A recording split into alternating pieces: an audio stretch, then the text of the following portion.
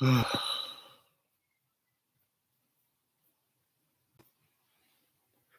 I'm just closing out all my windows to make sure this thing works.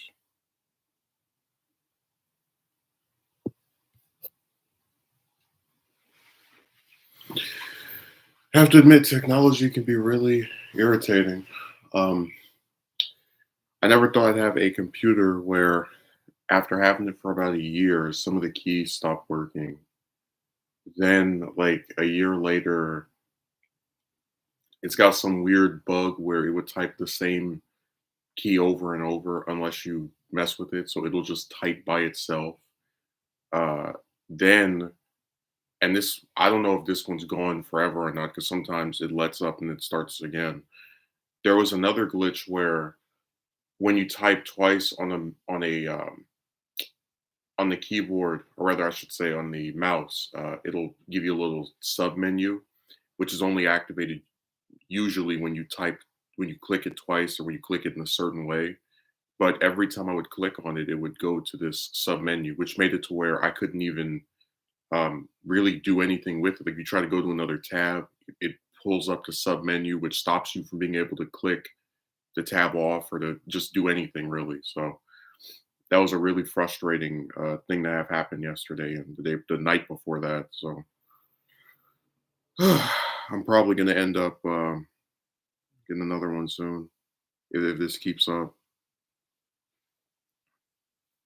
It's kind of funny too. A lot of these companies really do just set their stuff up to self-destruct and explode on you after like a couple of years. Like, just abruptly it'll start having some new issue. And I have this one person who because this isn't the first time this has happened with a computer I've owned, but this is really comedic to think about. I had a person who's like, "Oh, did you spill something?" I was like, "No, it just starts doing that by itself."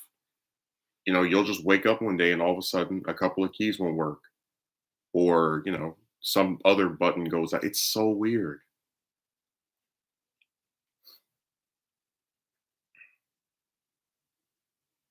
The first time I saw that thing where it was typing the slash key over and over, I couldn't believe it.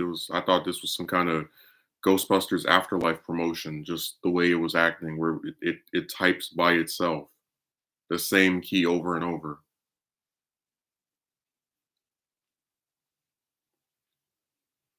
And you have to fight with it to get it to stop doing that. Like I said, it's just a really aggravating,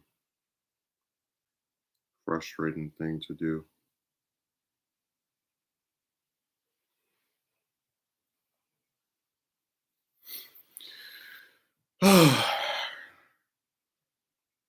Yeah, being a content creator always has its downsides with very few upsides. Technology that goes out, people writing gross stuff about you on the internet, just all kind of crap.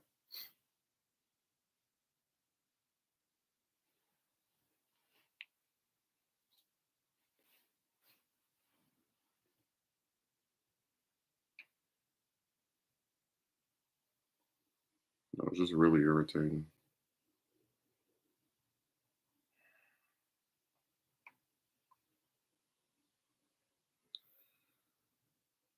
Yeah, it's just not too thrilling to have to keep getting another one after a couple of years where one just starts acting up abruptly, and then waiting for it to the same process to repeat itself.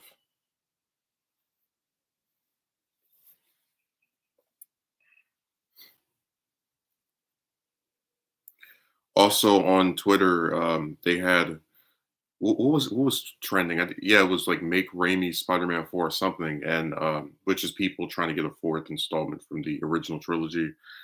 Um, and you had these, so a couple of news articles picked it up, and you had these guys that made a stream where they were talking about it, and the reason for their opposition, it is some of the dumbest trash I've heard online in a while. Um, One of them said that he didn't want it because it will remind people of what could have been, and also who are you going to get back? And then he mentions that the actor who played Robbie is deceased, Bill Nunn. Um, and then also cites that apparently they wouldn't be able to get Elizabeth Banks back as well because she said she was too big, which he does, no proof of any of this, by the way, of like this latter claim. I was thinking to myself, I'm like, no disrespect to Bill Nunn, but Robbie in the Raimi trilogy is a minor character. He has like maybe 6, 7, 8 lines across 3 movies. So if they wanted to just say the character passed away or say he's in another city or just something, it would be very easy for them to write out the character.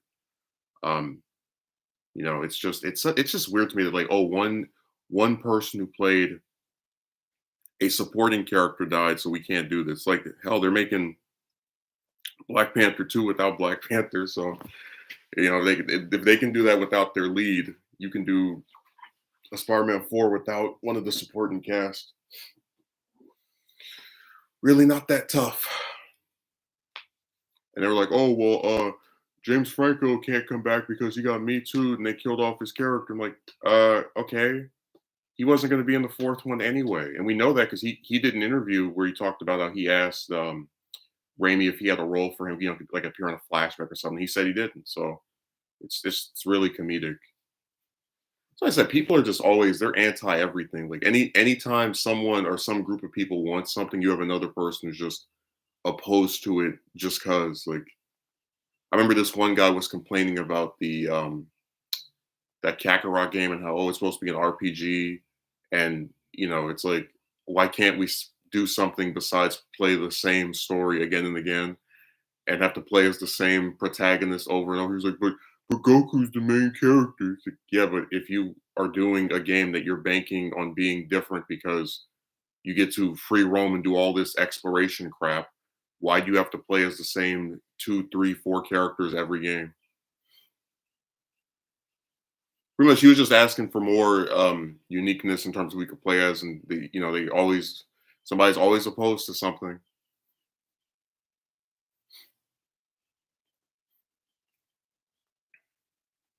People are so anti everything. Just like when I did my stream about maybe what was that last week, last Monday?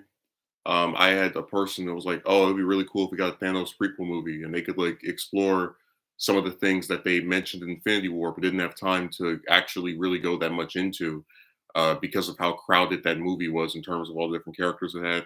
As person's like, "Oh, well, he has the syndrome of having been killed off, so I don't think this will sell." And I'm like, "Dude, they did a Black Widow movie after that character died.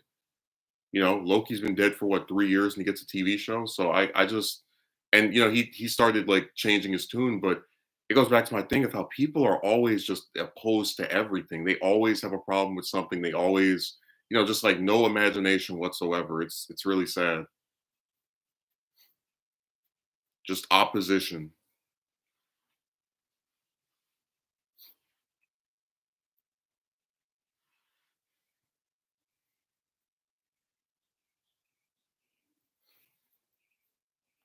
It's just really irritating.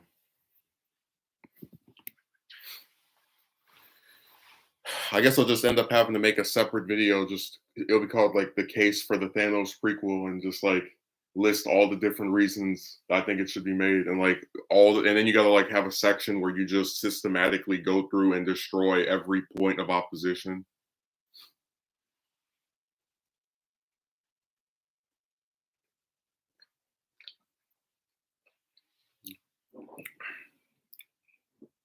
I thought that was hilarious. The prequel movie about the main villain of this entire cinematic universe wouldn't sell, but a movie about a group of superheroes that nobody ever heard of, like Eternals, will get 400 million. Or another hero that nobody ever heard of, like Shang-Chi. Like it's just like it's so weird to have Marvel making films about all this obscure stuff, and then have someone tell you that if they did one on the again main antagonist of the entire cinematic universe, it wouldn't work. I don't like stuff like that. People just they drive me nuts.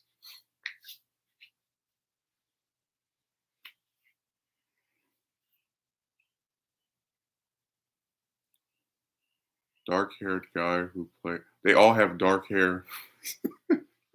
Have to be more specific. What happened to the dark-haired guy? What dark-haired guy?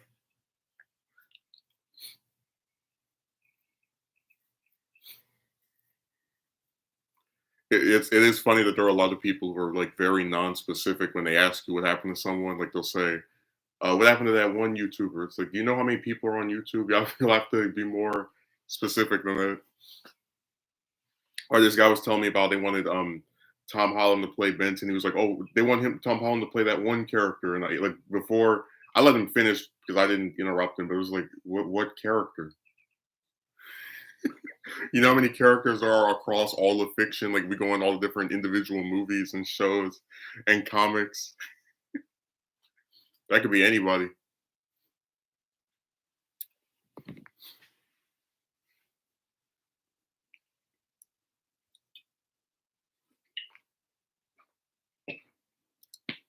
No, people are always anti everything.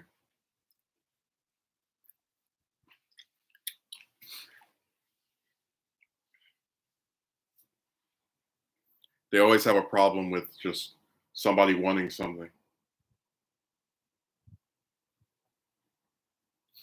Just like I thought Young Justice after season one was not very good. I've been liking season four so far. But even when I didn't like the show after the first season, when I first like started feeling that way about season two, I would never um like say, "Oh, you don't need any more of this show. I don't want any more of this show," because I understand that there are a lot of people who like it. Like, I guess anytime there's some kind of, let's say, project, whether it's a TV show or a movie, or I guess sometimes maybe a video game too. It's like anytime there's something I might not personally want, I can still accept the fact that other people want it. Like, I don't really care if TASM 3 gets made, mainly because I don't like TASM 2. But if other people want that, and if Sony can come up with a story that appeals to those people, then let them. This doesn't need to be made. Well, I mean, who am I to say that? Yeah, a lot of people just like being contrarian. They don't have any actual ideas of their own.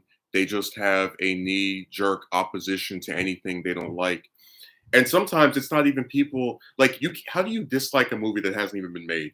Like, you just float an idea and they get caught up in this thing of being opposed to what you're proposing. So, for example, I was saying that I wanted Iron Man 4 because I really wanted to see what happened in those 5 years between Infinity War and Endgame, that big time skip they had. And there's a lot of stuff that if RDJ wanted to come back and play that character for a movie or two, they could explore. We don't know when Pepper learned how to use the rescue armor. We don't know how long it took her to learn how to do that. We don't know what caused them to move out into the woods.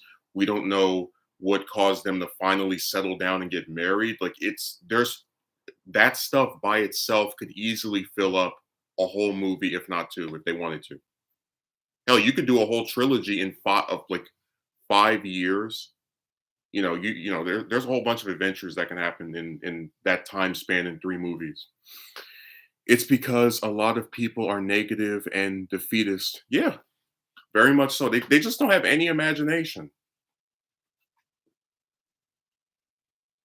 They like, I guess what's frustrating is that when someone doesn't like a movie, whatever, because they've seen it, they didn't like it, okay, fine.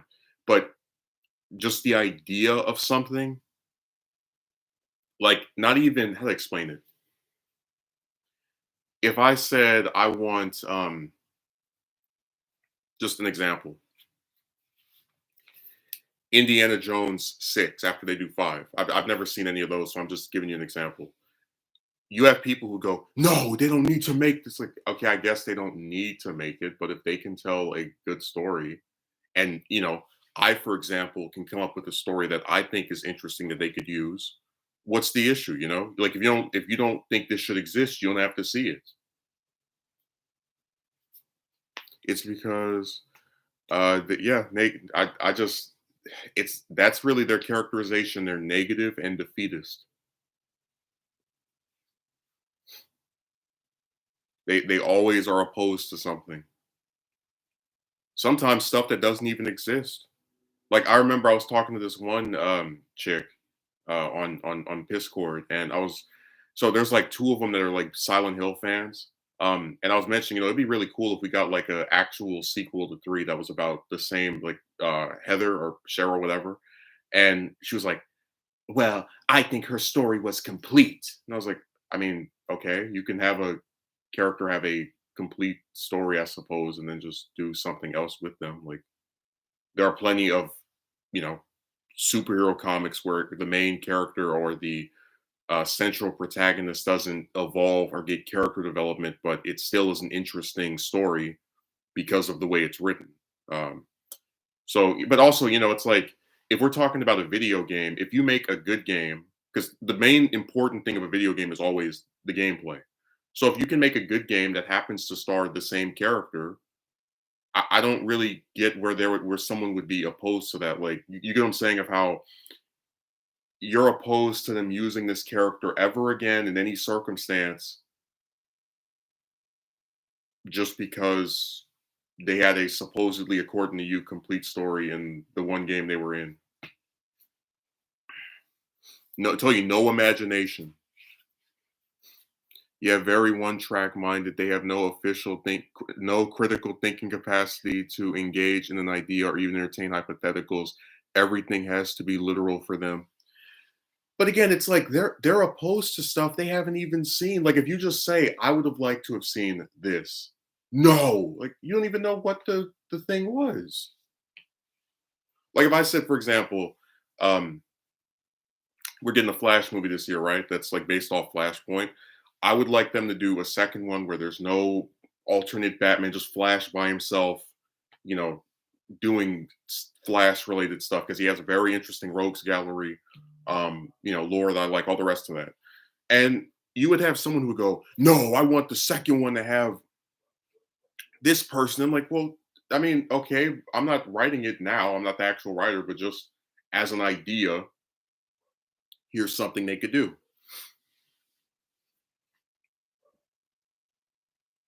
If you float any idea to these people, they just lose their minds. They always are opposed to something.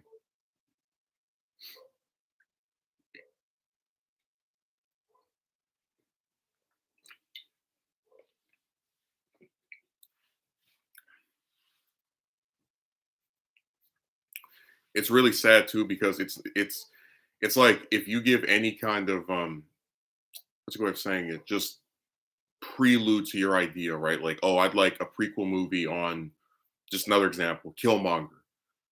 And somebody go, well, we already saw what happened to him, and he died in Black Panther. I'm like, okay, but here are multiple different things we still don't know about that they could use as the basis for a movie that is set before that one. Um, the actor's young enough to still look pretty much the same way he did when he made that film. So, it's that same thing of just an idea. You hear a little bit of a tiny bit. It could just be like one line of what it will be, and then just instantly shot down.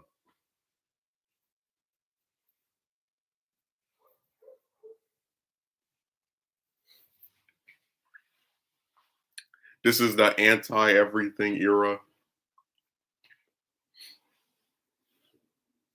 Just like I remember on one of my streams, somebody wrote, "What's the point of a Flash movie?" I'm like, Flash is one of the most iconic superheroes, period.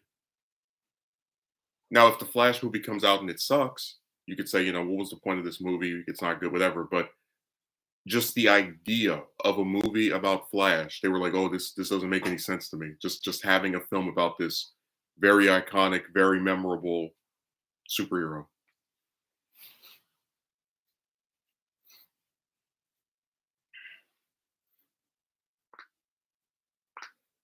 Well, I already said I'm not the biggest Killmonger fan, but I think they should have. I think Coogler made a mistake killing them off, especially considering what happened in real life with Bozeman. Because people always trash the Loki movie, not Loki movies, the Thor movies. But one of the things I really like about them is they keep Loki around. He kind of has like a little character arc. Like none of the other villains in this whole series get that, which is one of the reasons I wanted a Thanos prequel movie because we could see like his descent into madness. I mean, there are multiple things they could, that I wanted them to like. If we're talking about one movie, which they probably would only try one and see how well it does, you could have it just be set around because he's 1,000 years old, around the time when he starts developing that idea that you have to kill half of people to give resources for the other half. But if you do a trilogy on him, we could see him meet his different children because we know that he met them across the decades or whatever.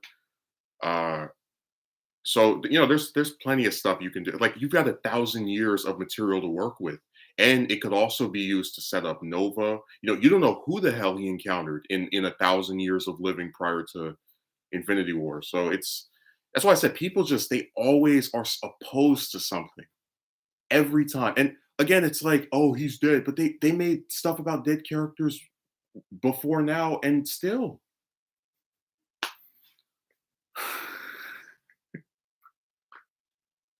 Why would Killmonger fight?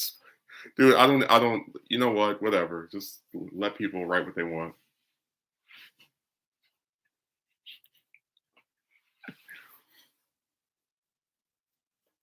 Now I think about, I think it's like Spider-Man and Iron Man. They're the only Avengers that never went to Wakanda. So that lessens the chance significantly more. But you know what, Akatsuki Merchant, if they wanted a reason for that matchup, you could have the Killmonger from What If that killed Tony be the one that fights Spider-Man. Because you could kind of have it to where it's like, oh, you killed my mentor and got away with it in this alternate timeline. I want revenge on you. So that's one thing they could do if they desperately wanted that matchup. And we have a higher chance of seeing Killmonger versus Spider-Man if they cast Tom Holland in one of the Creed movies. There's a higher chance of that happening than like them actually fighting as their MCU identity.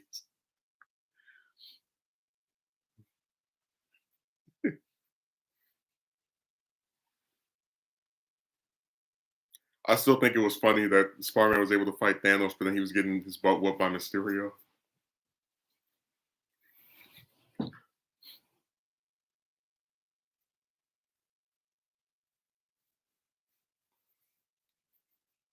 I tell you, the MCU is like the ultimate place to just waste villains. Like they have so many, especially in like the last 5, 10 years, they've had a lot more interesting villains, and they keep like they use them for one movie and then just gone forever. The only one that was able to escape that was Loki. Everybody else, it'd be interesting in a hypothetical what if situation for sure. I mean, it's the same thing with Spider-Man versus Ultron. You like because the MCU got in the business of taking characters like Vulture and Mysterio who had nothing to do with Iron Man and giving them like Iron Man related backgrounds. I could totally see the Killmonger from What If fighting Spider-Man. Like he wouldn't be the main villain of a movie or anything, but like I could see that happening because it's the same thing of like, oh, you did something to Tony, so I'm his sidekick, so I have to fight whoever did something to him while he was alive.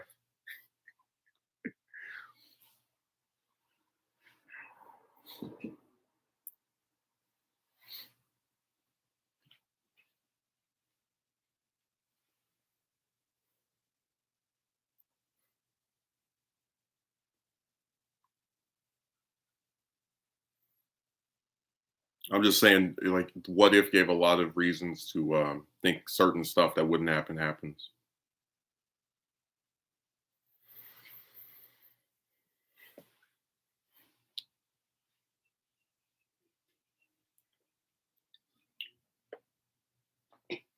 Now, Akatsuki Merchant, I want to ask you because I'm not dropping this Thanos prequel topic, and I might even do a full video about it. If you had a cinematic universe that went on for 11 years, technically longer, but let's just focus on the Infinity Saga, with 20 something movies, different villain, almost all of them, doesn't it make sense for the overarching villain of these 20 something movies to be the most developed out of any of the villains in the series? Doesn't it make sense for that main villain, the main villain of this 11-year series of films to be the most developed, most fleshed out backstory, etc. villain out of any of them. Doesn't that like kind of work with logic? Like, okay, this is the main one, so we need to like develop him the most of any of these.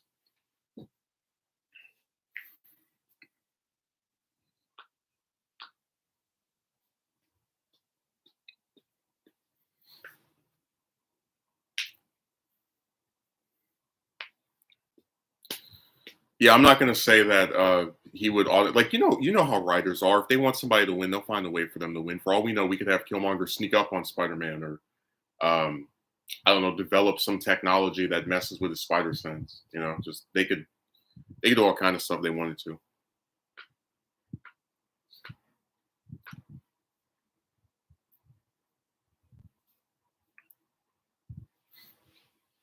This one person was like, if we get Thanos prequels, then he's gonna end up having his character said something stupid about like less is more. I mean, that's I thought that that argument was so dumb because imagine if okay, let me read what you said. Killmonger wouldn't beat Spider-Man in general. Spider-Man has strength of the okay. Look, I'm going into my thing, but like this person said that less is more in like their opposition to a Thanos prequel movie, and I was like, well, by that logic, you could say that Marvel should have just done Avengers without Iron Man or Iron Man 2 or Hulk or Captain America or Thor and just thrown these characters together and we would have been totally fine with not having that much. Like, just imagine if Avengers came out in 2012 without any of those past movies to, flesh out those characters. Oh, it's okay because less is more. You see how dumb that is? Like,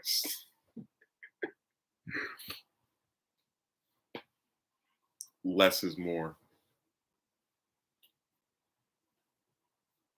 And you remember the other part of how stupid this is too is that Thanos is not like some random character that they drudged up, at Marvel Studios one day. This is a character who in comics we know all kind of stuff about his past. So I mean, if you don't tell us, we can just infer it's the same as the comic version. Like you might as well if they've already revealed it there, whatever. Just people, I don't get them at all. They're always supposed. And this guy was like, oh, they're gonna do to him what they did to Darth Vader. It's like Darth Vader is one of the most fleshed out, interesting, greatest antagonist of all time. Like, what are you talking about? Very rarely do you have other movie villains with a 6 film saga about them.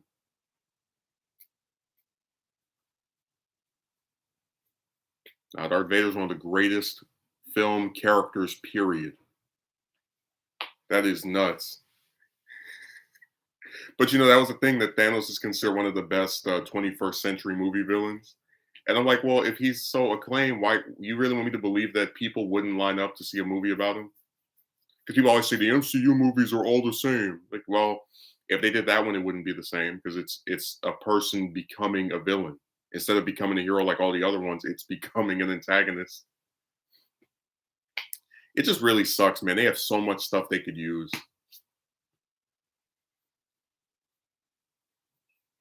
But because people are anti everything, the only thing I'm kind of hopeful for is that since the director of Eternal, because Thanos' brother is in that movie, the director of Eternals pointed out that they would need Thanos for like the sequels, like they would have flashbacks with him. So maybe that'll end up being the only reason I go to see those. It just really sucks, man. So much stuff to work with. You got the question of how he met those 4 kids of his that were with him at the start of Infinity War. What his relationship with Gamora was like. There's like a flashback of it in Infinity War, but like we still don't know to what extent it went on. Um, you don't know what his relationship with his dad was like. You don't know what his relationship with his brother was like. That's 3 movies worth of stuff like that. But no creativity, so we just have to be opposed to everything.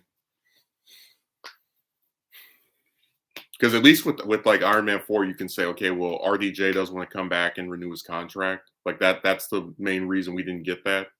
Um, and they prioritize making like Avengers and other crossover stuff. But my thing is, Brolin seems to be committed to this role, and he's like even in What If.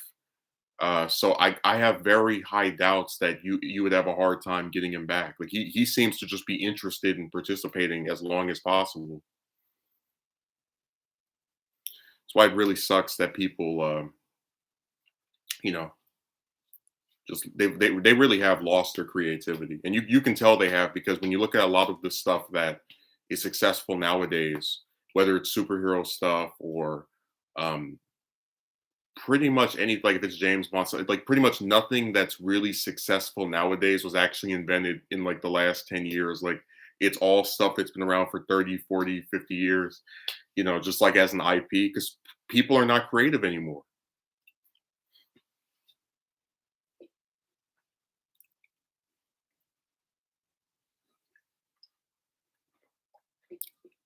You notice that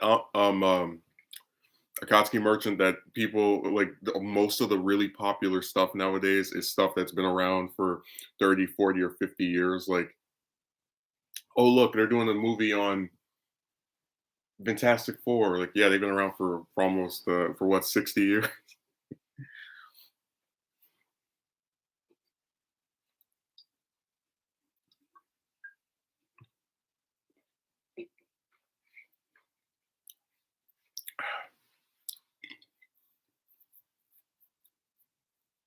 Again, I'm not even like a big Killmonger fan, and I still wanted to see him in other stuff because I'm just tired of these one movie villains.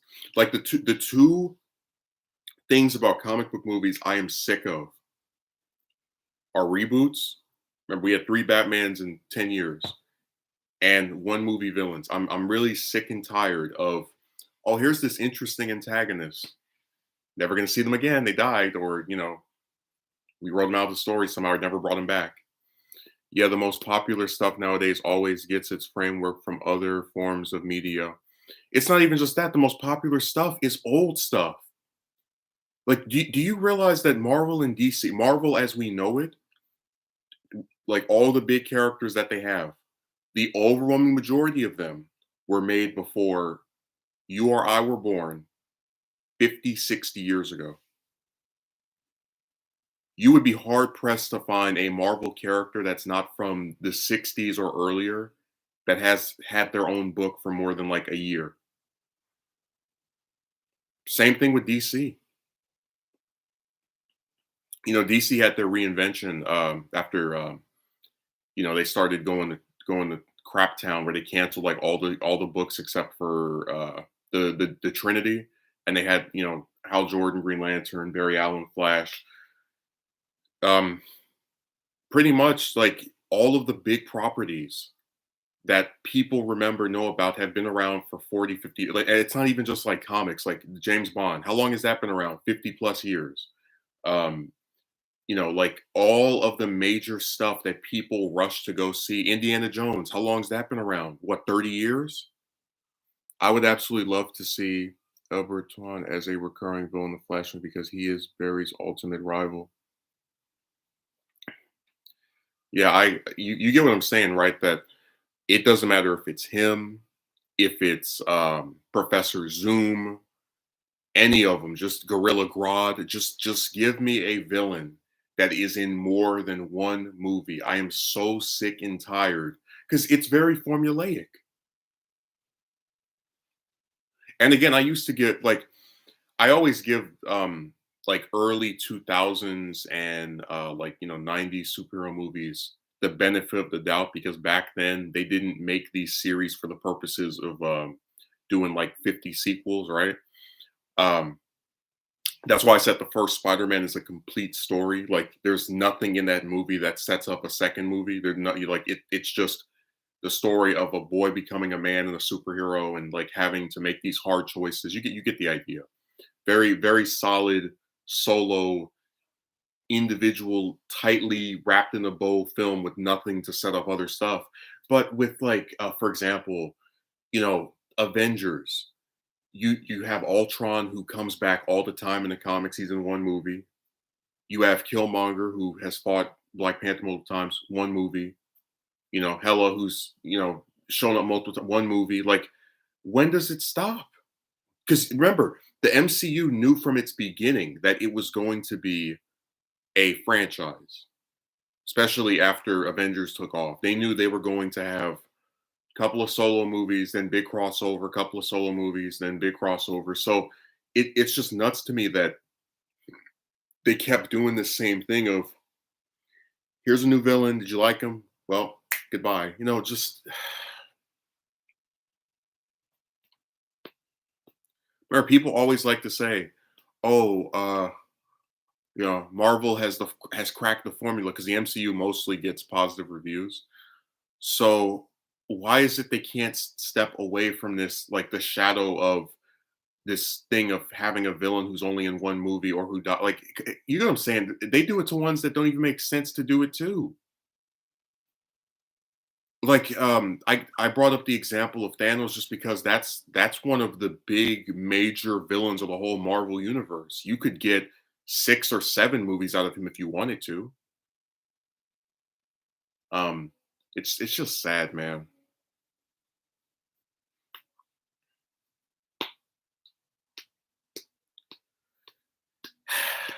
I already did a video about that though, a stream about that rather, like the one movie villain thing with the MCU. It's just funny. It's like if you're a hero, you'll be in like 8 or 9 of these, but if you're a villain, you're lucky if you're in more than one. Like out of all the MCU villains, we've only had 6 of them in more than one movie.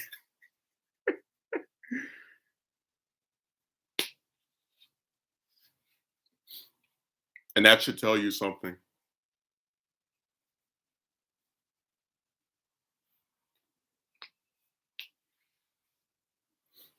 That's a really sad thing too.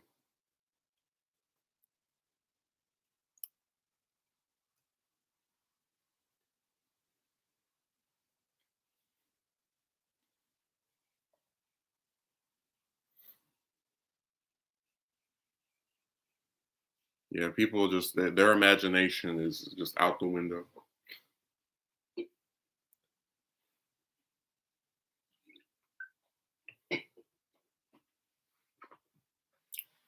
No, if RDJ wasn't like really big on his contract or trying to get out of Marvel, they could have done a whole trilogy in that like 5 year because people they'll say, oh, prequel movie about a character that no one, but that people would still go see it because Iron Man's one of the most popular characters from the MCU. But that being said, um when you have a 5 year period where there are major decisions that were made and we don't get to see any of it, your imagination starts to go off. And it really sucks because one of the criticisms I had of Endgame is the off-screen development. And one of the reasons the first Avengers worked so well is because every character in it, with the exception of Hawkeye, we saw before. Um, so the development for those characters, for the most part, comes from other movies that were set prior to it. If I were to write the first movie, I would have Barry Styles the hero and he meets Reverse Flash as a kid, and we get an entire exposition on that. Yeah, because these people plan these things out as franchises, and they don't seem to have any overarching antagonist. It's always one movie villain. The only one of those, well, again, I always give the example of how, like, for the Spider-Man trilogy, you had Harry, right? Like the massive build up for that, and then for the X-Men films, you had Magneto. But like I said, it's really sad that these series are like this.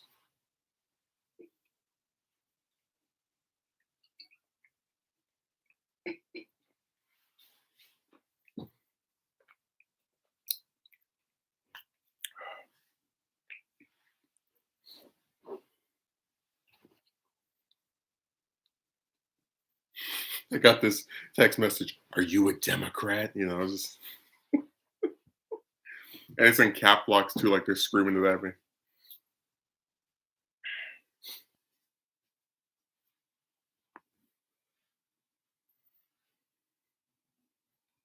I'm so tired of one movie villains. I like they that needs to die.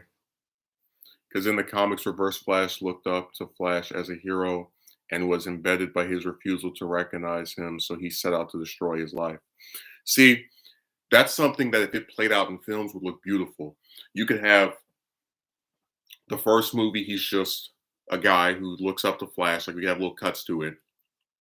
And you can find a way to tie it in the main plot if we think hard enough. But just like as a concept, because everything's a trilogy, right? And then the second one, you start seeing him like developing his powers and becoming more bitter toward Flash, as well as like we learn some stuff about his background to, flesh him out as a character. And the third one, Reverse Flash. Wouldn't that be way better than, oh, he showed up in the third movie and he's evil? And sometimes he talks a little bit and he says that his parents were mean to him and stuff, but like what I'm saying, right? That build up, we haven't seen a build up for a villain like that since Harry from the Spider-Man trilogy. Like that's how good that build up was, and that's why I really wish that these other superhero movie series would try to do something like that.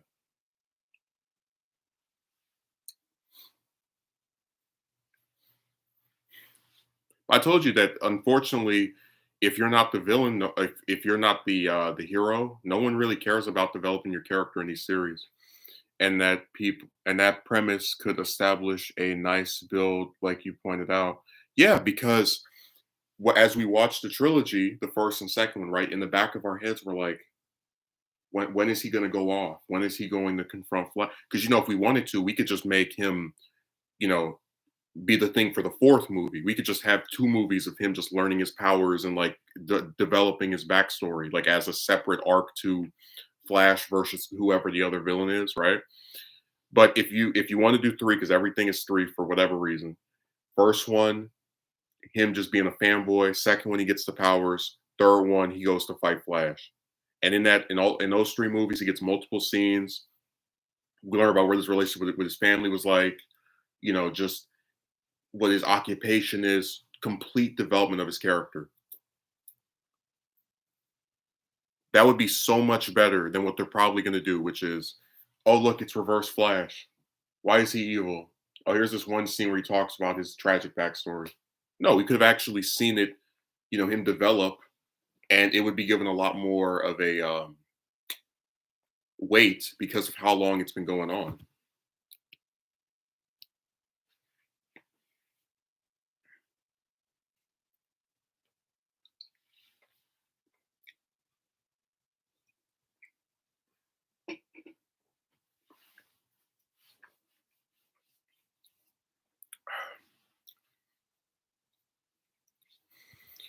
Right, you'll have the audience thinking, when is he going to snap? And in the third movie, he finally snaps and beats up Flash in an epic final fight where he vows to dedicate his life to ruining his. And it would have a lot more narrative weight because he's been there since the series started.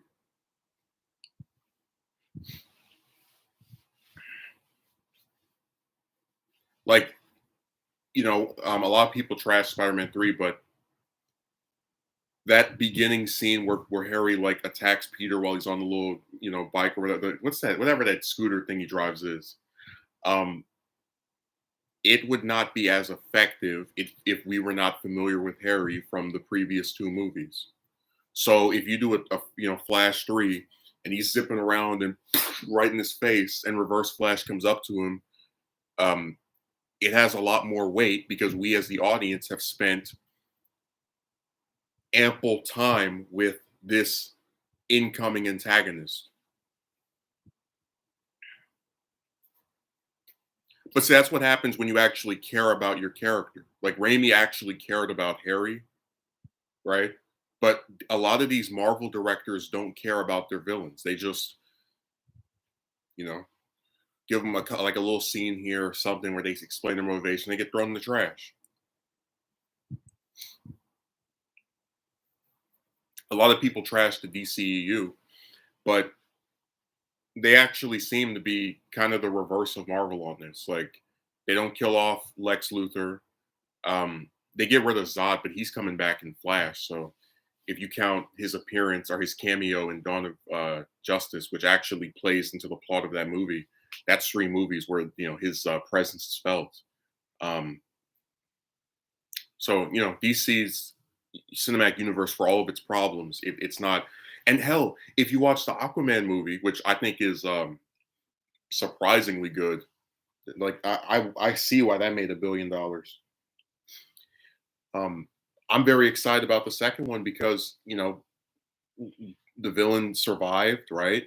And we're gonna possibly get another villain too, who's being built up.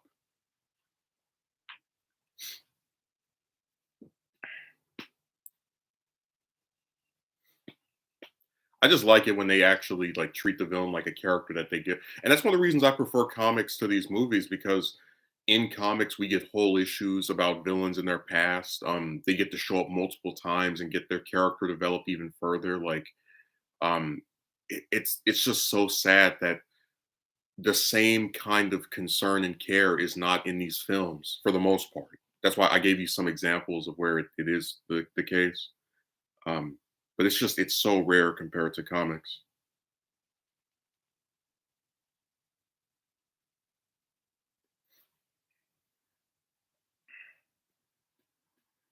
It's really sad that these like films see their villain as just like the person the hero's gonna beat up for people to be entertained by. Like,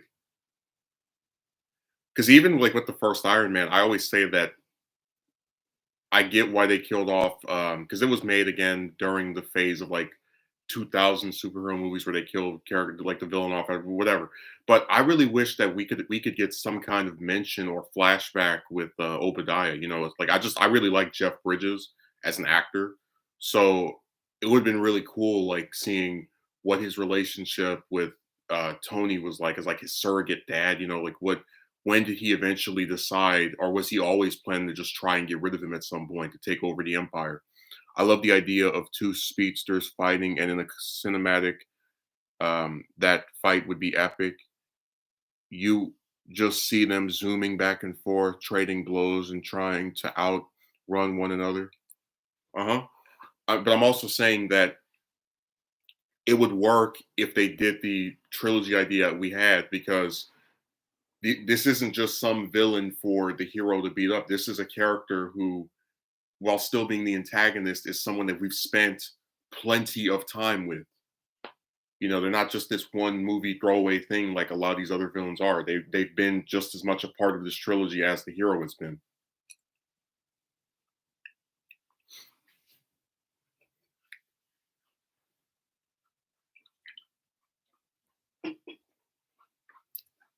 I tell you, that's one of the things that always drove me nuts when I was like reading the like not reading when I was watching that guy's Spider-Man 4 video. He was like, "You can't bring Harry back because James Franco's character is dead." It's like, yeah, they weren't going to bring him back anyway. Like, I don't know why it's so hard a pill to swallow that if you wanted to do a four, you could just have it be Peter and Mary Jane, and then you have Aunt May and Jameson there as well. Um, versus like him versus Vulture, and Black Cat is there to I guess be what do you call it, like a villain that becomes a hero. Like she's tied to her dad at first, but gradually realizes how screwed up what he's doing is. Um, it's not hard to just like when you have a bunch of other characters you can use. It's not difficult to just use one more than you would normally.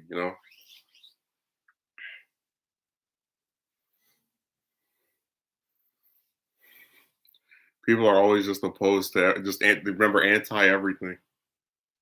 Because I remember in the treatment I wrote for four, not the script, but like the just general. I always write a summary. I had Gwen as Peter's like friend. Like they're established to go to school together. She's supposed to be just as smart as he is, or about the same level of intellect. And they build together a thing to turn off Vulture's wings that like actually plays a part in the climax. I tell you, it's so sad, man. People just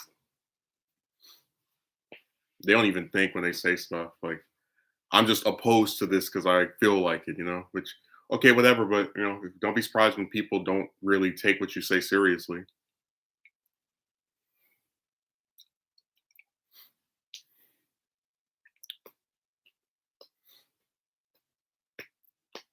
I always felt so bad for Bryce Dallas Howard. Like you end up getting put in the third movie of this big series right before it ends, playing a character who's like pretty much just known to be someone that dies. Like it's really sad. And I just really like her as an actress. I guess that's the issue there. Like if it were me who wrote the fourth one because they wanted to do 5 and 6 together, I would have her in the fourth one as one of the leads. Like with that same idea I just brought up there, because she doesn't have to be the love interest, you know? Like that's one of the problems with superhero movies where like if they have a female character that's around the same age as the protagonist, they always have to be the love interest. They don't have to be, but they write them to be. So yeah, for 4, I would have her help Peter stop Vulture, like they make the thing to clip his wings or whatever. And then for 5, because I think 5 probably would have been Lizard, like with Dylan Baker. I would have like you could have an emotional arc with that because both her and Peter are students of Lizard. So in his civilian guise. So maybe this could be the first villain that does besides Sandman that doesn't end up getting killed off. It's just funny. It's like for 4 and 5, I know what I would do, and then for 6, it's really cloudy. You know.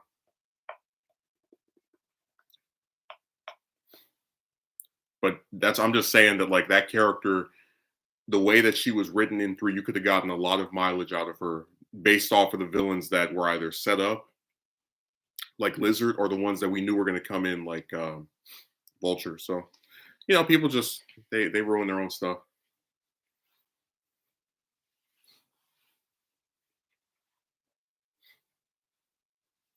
I told you one of the things that would really make me excited for the Batman that reboot that people are excited for, but I'm not, would be if they used Robin. If we had a 3 movie arc where he becomes Nightwing, because we've never seen that in any of these films before. He's either just Robin the whole time or he's not even there. So that would be something like I would be more excited to see Robin than Batman in the Batman movie. Because I really am like sick of solo Batman. Like, okay, cool. By himself, yay.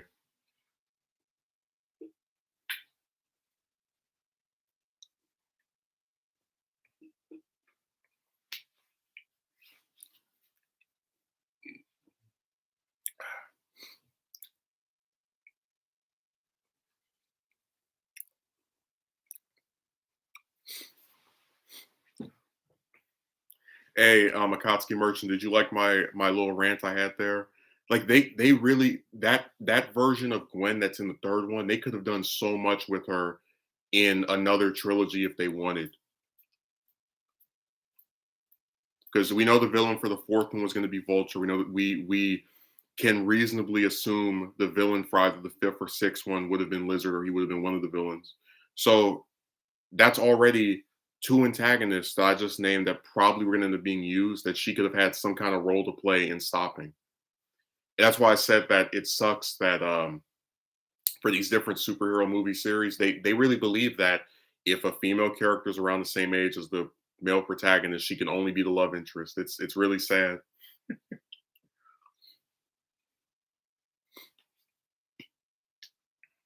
and really lame too.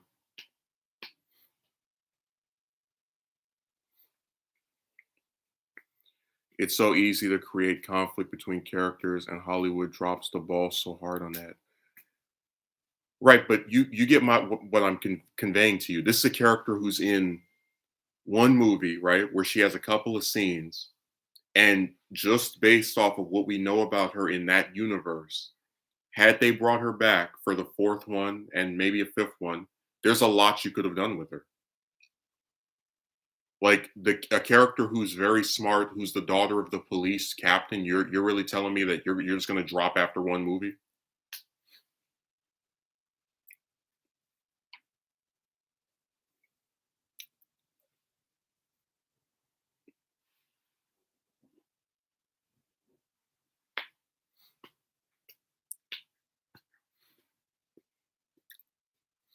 Hollywood always drops the ball. I really wish we got to see the Raimi version of Lizard. Like I know there's a game where he turns into, but I like an actual movie with that, because like that's more foreshadowing. He's in the second and third one and actually plays a role in the plot. And then like it just never pays off. That's why I said it's so sad to know that. Poor Dylan Baker.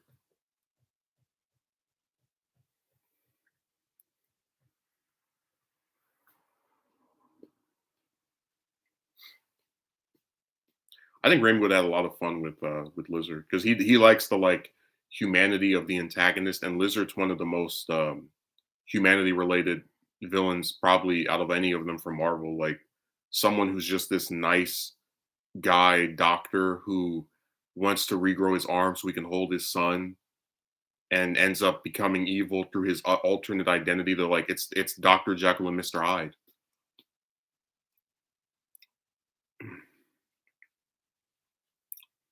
So easy to create conflict between characters, and they never do it.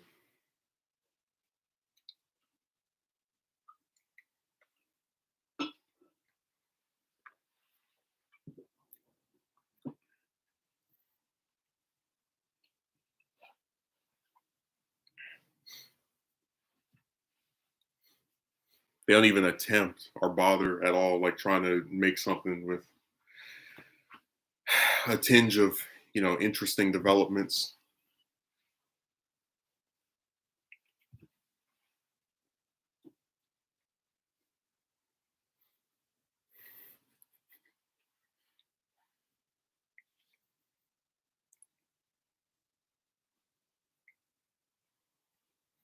I shouldn't be talking to a Kotsky merchant. He wants TASM 3.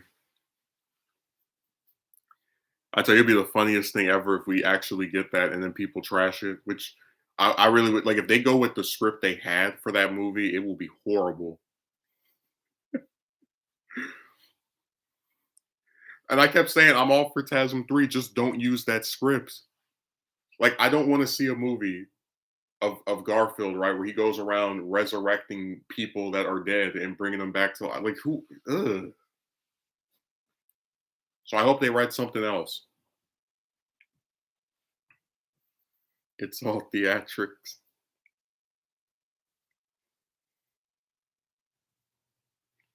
But you get what I'm saying that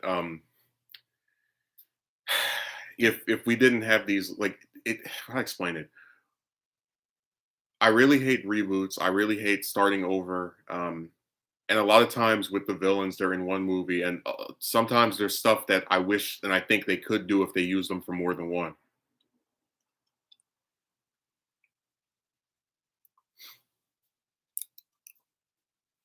So that's the biggest issue I have with that stuff. They always only want to use somebody for one movie.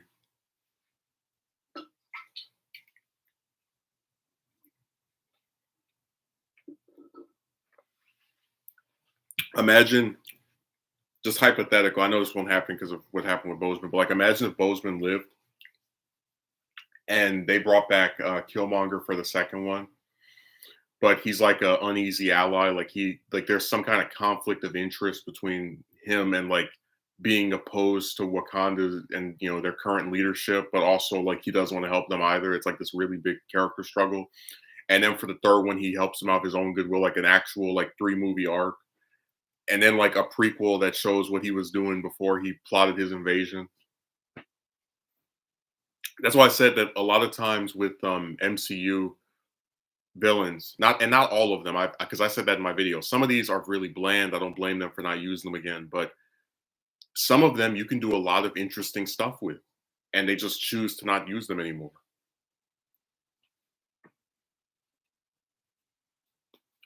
They could have used Killmonger for 4 movies or 5 if they wanted to. They could have used Thanos for. They definitely could have used him for 4. When you have 1,000 years to work with, and your actor doesn't have any, because when you have CGI and Josh Brolin, like he just uses his like face model thing, so they could make a whole. I'm not going to keep saying trilogy, but they can make as many movies with him as Thanos if they wanted to, and like they wouldn't even have to worry about him aging or anything because of all the CGI that is implemented on him.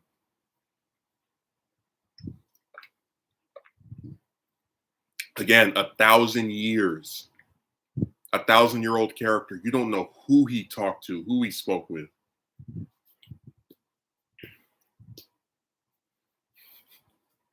I just think that's so sad. That's always gonna be one of the biggest wasted opportunities of the MCU. Your main villain was 1,000 years old, and we never get to see who he fought. Um, what what why did he earn the I guess how to explain it. There's just a lot of stuff they could use. That's just the best way to put it. There's a lot of stuff they could use. There's a lot of relationships and characters they could develop. It's like people seem to forget that when you make a movie and you have a supporting cast, the supporting cast can still get development as well. Like, one of the things people said is, oh, in Infinity War, Thanos' children don't have any like actual characterization. Like, yeah, because if they did a prequel about him, you could probably get some of that. That's why I said, imagine if Avengers just came out with no prior movies to that, and it was like, okay, I'm not attached to this version of Iron Man almost dying at the end of the movie because he's he's just a one movie character. I don't know him any more than I know the rest of these people. But that wasn't the case because by the time Avengers came out, we'd already seen him in two other ones. So I just wish people were, more willing to actually just have an imagination. Like, damn,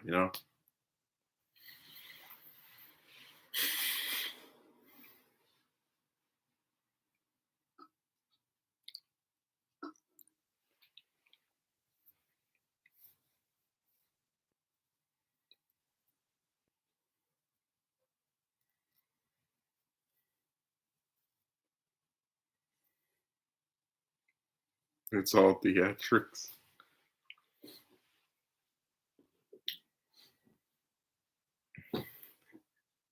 We can't make Spider-Man 4 because an actor who played a supporting character died, but we can have Black Panther 2 without Black Panther.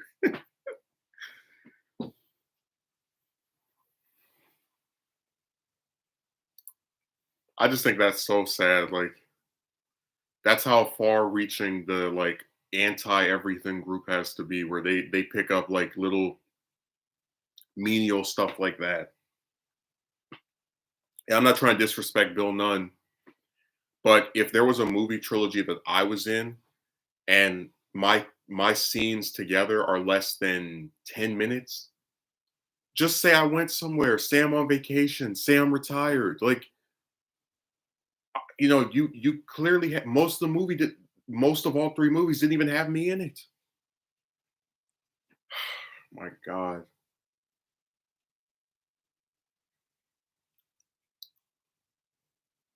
I swear, man, people they have no imagination.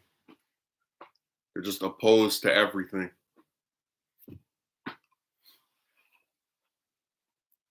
I remember I one time saw this post where this person was like, "Oh, it'd be really cool if we got a female Dragon Ball villain." This guy was like, "That's SJW." I'm like, "Whoa?" Because the villain's a woman?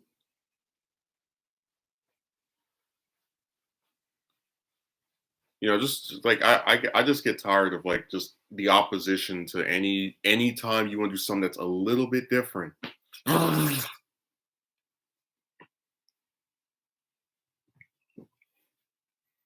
guess we might as well not even bother.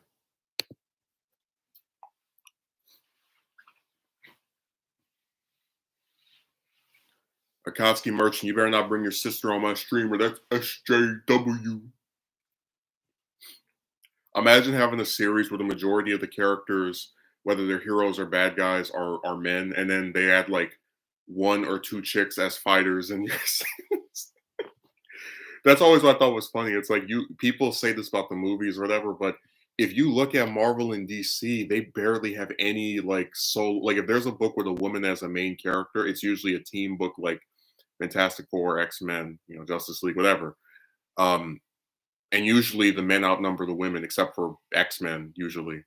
Um, but like very seldom does a woman actually have like her own book about her. And it's like how do you look at this male character dominated just you know series or companies rather, and actually sit there and say, oh yeah, this is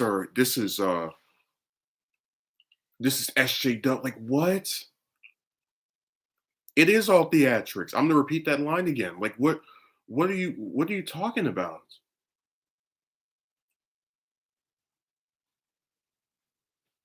You know who else would have been really cool to see for more than one movie? Catwoman from Batman Returns, because like there was talks of giving her her own spinoff. I think that would have been really cool. Like if they had her going around robbing stuff and then maybe like fight some other worse person as well.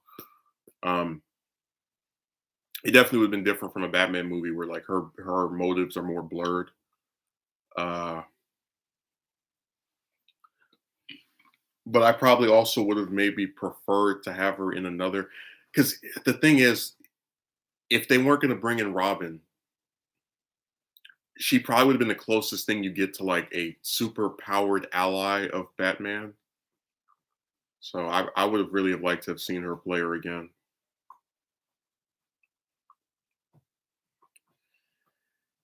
because that was a really good performance.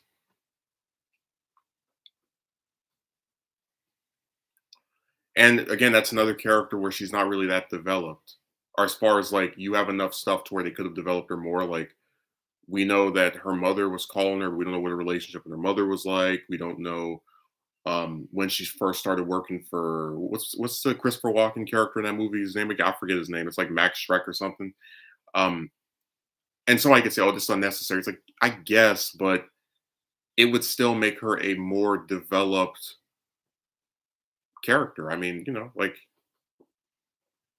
I always say that one of the reasons I really like the prequels is because without them, Palpatine is just a guy that shows up in Return of the Jedi for like the final act, and he's also in like one scene of the previous movie and mentioned in the original film. So a lot of like the stuff that makes him a compelling antagonist comes from the prequels, like seeing him like gradually clawing his way up to becoming the intergalactic leader. It's like it's just really frustrating, man. Like people just giving an antagonist more appearances or additional material can make them a better developed character. Like I remember it was originally devised that Joker would die in Batman #1, the first Batman issue. And I'm glad he didn't, because if he had died, then we wouldn't have the Killing Joke. We wouldn't have Death in the Family. There were, like the Batman Who Laughs, which is another character people are really liking. He definitely wouldn't be in any of those movies. So Dark Knight would be something else. If Batman was even still popular, I think he probably still would be. But like you get my point that a lot of the popularity of that character came from seeing him over and over again.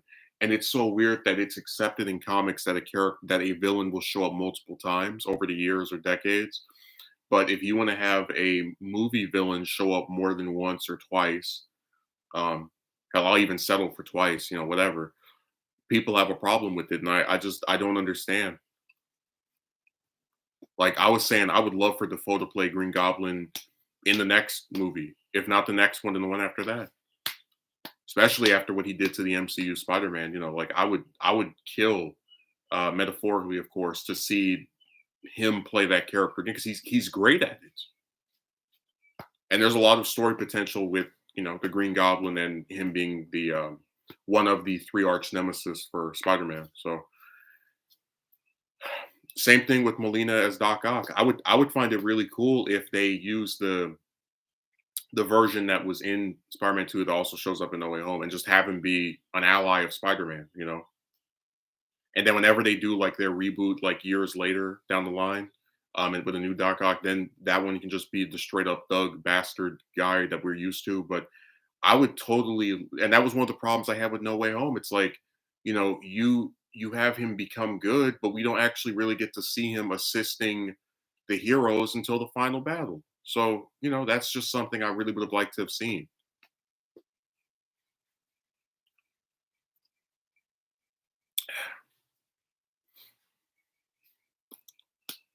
So yeah, I would love to see Molina play Doc Ock again. I'd love to see Defoe play Green Goblin again. And you if you wanted to take it in the new territory, you can just have Doc Ock be a good guy in one of these, which I'd be all for. Um, and you could have, because that would, again, that would be something different, and you could have Green Goblin come back as like another alternate universe version of the one from the first movie, and like ruin Peter's life even more, or try to. Because that was one of the things I really liked about No Way Home, that it really does feel limitless in terms of what we could get after this. And I just hope that they don't squander it. I hope that that wasn't the last time we see any of those characters again. Like, you had people talking, "Oh, it's such a great send off." Like, why does that have to be the end though?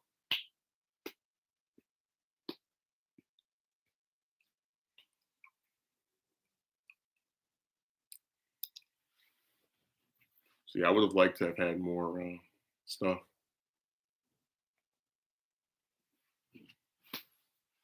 I am the theatrics.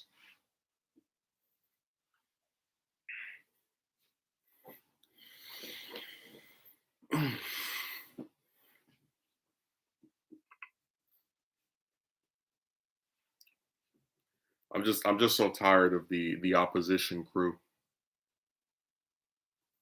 Like, for once, can we just have people that actually want to see something, that use their imagination, that give some motive for not liking something or not wanting something? Like, they'll be opposed to stuff before they even hear what it's about. Just Green Goblin solo movie. It's like, okay, guys, look, it's cool that you don't want that, but you know, you don't have to be so anti everything. Like, relax.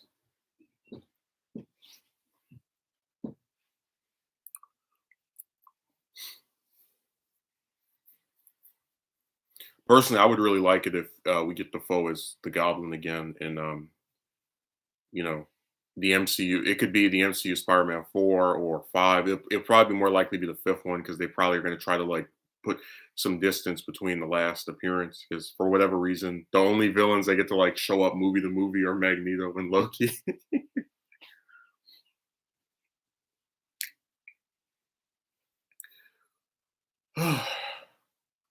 It'll be really crazy if like they have a version, through some more multiverse shenanigans, they have a version of Green Goblin who remembers the events of No Way Home, and like now he knows who Peter is when everybody else doesn't. So he's like screwing with him in very specific ways that are like just driving him nuts, because he's the only part. Like, I think that could make for a good premise for a movie.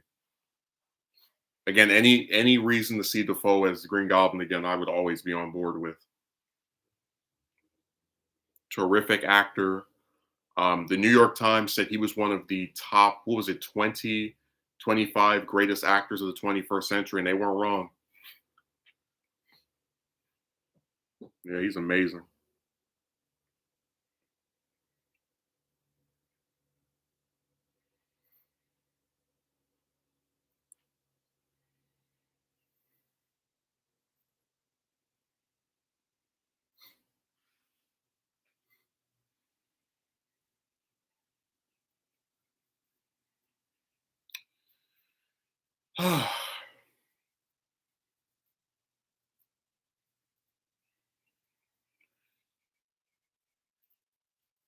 What's another series where that could work? Because I know for the Green Lantern movies, well, I should say movie because it got canceled before it did a sequel, because how bad it performed at the box office. They were talking about doing the same thing with Sinestro, where he was supposed to be the like three movie overarching villain, right? The first one he's a Green Lantern, second one he's like tempted to the dark side with Parallax, third one, main villain. Pretty much every DC character has someone that you could do that with. Like, um, one of the things that the Burton movies tried to do, but just ultimately were like whatever, was have Billy D. Williams as Two Face like transform into that. And even though I really like Aaron, was it Aaron Eckhart as Two Face in The Dark Knight? I think that probably would have been better if that was a three movie thing where we get to see him as as himself.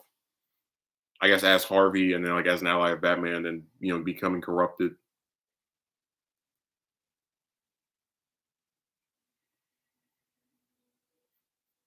Would have been really cool.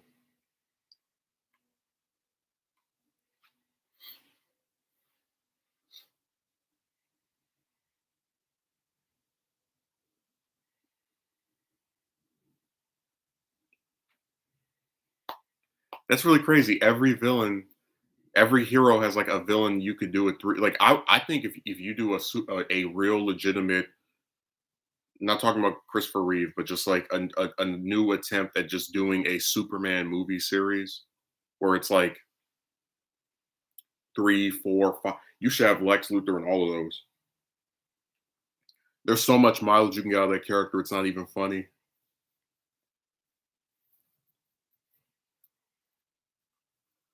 And people always say, "Oh, you're so anti-reboot." Like if I comment on something, but realistically, if they did six Raimi Spider-Man movies, right? I would have been a lot, and like let's say Raimi Spider-Man went all the way up to like 2015 or 17, then yeah, I probably would be more open to them having another person play him. But that was a 5-year period in real life before we got, the reboots. And it's like, when does it end? Like, when do we finally just get somebody that stays in this role for more than three or two? Because even with Holland, it's like, okay, he's played him 6 times, but three of those times were in supporting roles in other people's craft. So it still doesn't really feel like I can really.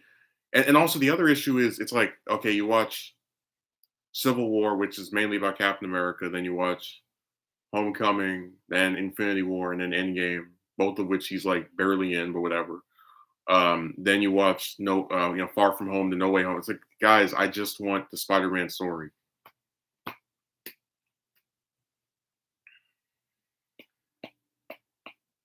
But yeah, even though I'm someone who doesn't really like reboots all that much, because I do think they happen way too quick. Um, I'm still more open to having them happen. Like at some point, they're gonna end the series. I know that, but all the more open to having that happen after I've had like the same person for 4, 5, 6, 7. Because then it's a saga. It's this big, continuous thing that went on for a while, for a long enough time. Like eventually, I want them to reboot Iron Man too. Oh, so we can actually see him fight the Mandarin. Personally, I would much rather prefer if they did, if they had, Robert Downey Jr. come back and then play him in another movie that's like a prequel in between Infinity War. But since we're probably most likely never going to get that because he's out of his contract, I would prefer if they rebooted that series and then we got to just see Iron Man stories that were devoid of the Avengers. Like I'm just tired of cinematic universes as well, to a large degree. I'm not tired of the DCEU because that hasn't even really started at all. But just like, I understand that at some point, if an actor's too old to do something, you have to restart it if you want to keep it going. I just think a lot of times they restarted very quickly, and like after only 2 or 3 movies, I'm like, damn, again. Like with Ben Affleck as Batman, we didn't even get a solo movie of him. We had him as a lead character in BVS, I guess as a lead in Justice League, and he's in Suicide Squad, and like that's it. He never got his own thing. So with the new one that's coming out this year, it's just like, again, really, guys? Okay, you do what you want. That's where the reboot fatigue sets in. Now, if Affleck had been in, let's say, 3 solo Batman movies, maybe a fourth one as well, and then like 3, 4 Justice League movies, then I'd be a lot more open to having somebody else start, playing them. But we never really got that. We got one Justice League movie, no solo Batman movie, and I'm supposed to just be like, all right, well, whatever, never seen that version again. Like that was quick. Wow. They always start over every time. Just so many reboots, so many do-overs.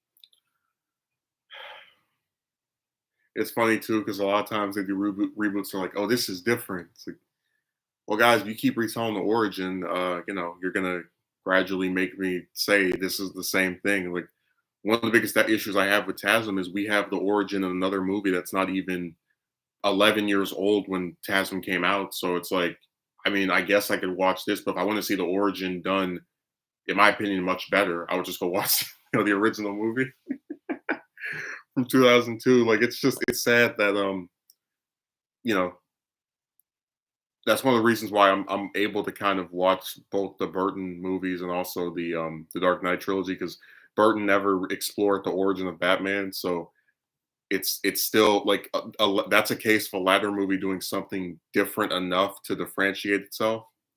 Like I don't have to watch the origin by two different versions of the same character.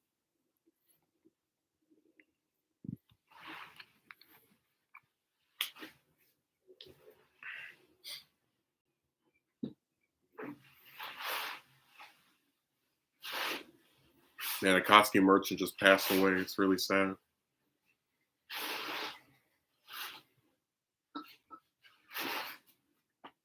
He'll be missed.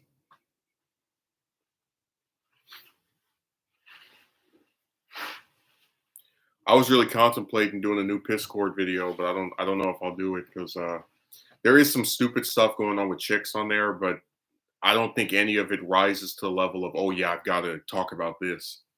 So it's how I explain it. Like one of them yesterday writes something about we're two people who talk at each other instead of talking to each other. I'm just like, what riddles are you talking about?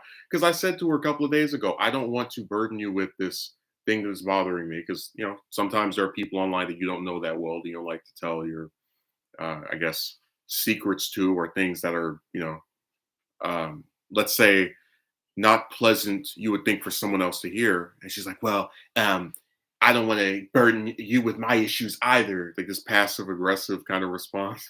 All right, whatever. And then she doesn't say anything for like the next 3, 4 days or whatever. And then she's like, oh, my internet was out. I'm like, oh, I thought you were mad at me.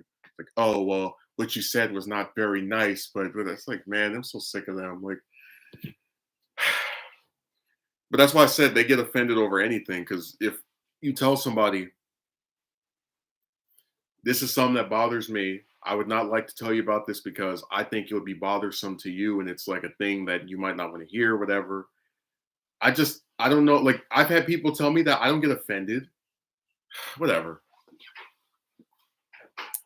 And they're just following up my old saying that they get mad over anything.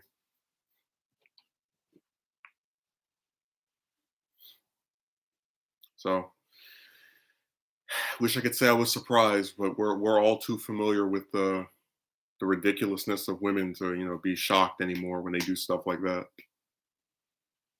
Oh, I'm sorry, I'm supposed to say some because people like to put words in my mouth and say you're talking about all of them. It's just a really weird saga that's unfolded with these people. Then there's another one where, so I mentioned before that like a lot of these chicks, for whatever reason, are scared of speaking in a VC, which is the Discord equivalent of a phone call. Like a lot of them are that way for whatever reason. I don't know why. Um, but there are other ones that you're all open to it. So one of them is this is the craziest thing. She's receptive to having a call, but she always wants to do it usually in like her server or some other group setting. And this is the part that gets me. She will sit in a VC, which is devised so that people can talk to each other voice to voice, and damn near not say anything. Like it could just be her and one other person because it happened a few times. Me and her never address you. It is so weird. But then when you DM her, and this is why it's weird, right? Maybe you say, "Oh, it's just not talkative." That's what she tried to say. But if you DM her, she's writing paragraphs. I'm like, what the hell is this? Like that's lunatic stuff to me. Listen, you would never catch me in a call with somebody where I'm barely saying anything, even if I'm the only person there besides that person. Like you just wouldn't see it. Um, and that's why it's weird with her. We're like, that's a good way to, I guess, reverse psychology me out of one. Like now I see her in a VC, I don't even bother going in there. What's the point? She's gonna say like what, one or two words? Like speak, damn. You get in a call with somebody, they don't even talk. Every time you're in a call with her, this is what she's doing. Just playing some stupid game. She's talking more to the game than the damn person in the call with her. Oh, this person did this. Oh, come here. Like her reacting to the game more than reacting to what you're actually saying. I confronted her about that too, and she didn't respond to me for a couple of days afterwards. So I figure she probably got mad as well. I mean, I don't care, whatever. Like I told you, the era where I kowtow to chicks and pretend like the things they do that piss me off, don't upset me is over. That is so weird like you have a call with someone where even if because I always say, okay, the exception is if there's multiple people, you might not want to talk over them. But even if you are the only person in the call and here comes my computer being weird again. Even if you're the only person in the call besides her, she will not say anything. It's so weird. Like she just sits there playing her little game. So yeah, she's the first one to like reverse engineer me wanting to speak to her in that manner. Like now I don't even care if I ever hear her voice again. Because what's the point? That's really crazy. And I guess impressive too. Because you're so opposed to talking, like to just speaking, right? You have now made it to where I no longer ever have any interest in hearing your voice again. Really impressive. I think that's insane, by the way. Just like I've spoken to a lot of chicks who say, "Oh, I don't feel comfortable with a VC. I don't like VCs, whatever." But not one who's comfortable with it, but then won't say anything. Or if she's talking to the damn game more than you. Like it's that's nuts.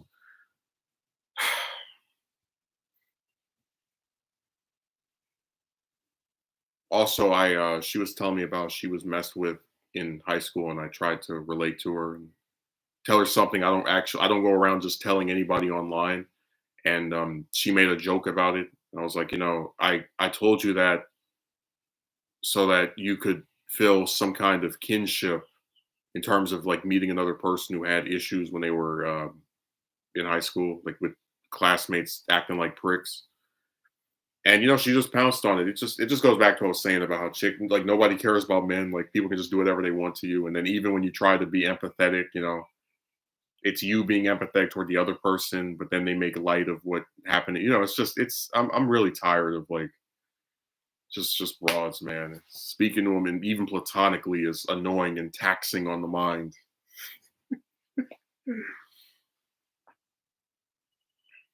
There's another one I actually was talking to that I joined the server of or one of her this server that she's in. So I was like, hey, can we have a VC? And I swear every time you talk to her, all she wants to do is play a video game. And I'm like, I'm not really interested in speaking to someone who only ever wants to do anything with me or quote unquote hang out with me if I'm playing a game. Like I don't call my best friend and go, "Oh, turn on Gears of War 3." We just talk. So I unfriended her and the other person I was in there and left us. Like I'm done. If I don't the other part of it is that they were like being really nasty for some reason. Like when you play with them, they're like making fun of you if you get hit or so, just like stuff that I don't really appreciate because I've seen people play together and actually treat each other in a like kind way, and they always use the excuse, "Well, I was just joking." That's always the thing they like to say is their motive for why they act like this. So I just said, "All right, well, I'm done. You can have fun with your little nasty commentary to yourselves. I don't need to hear it." Other thing I could have done was just leave the server and then sub on my friend list, but not actually join the VC with them ever.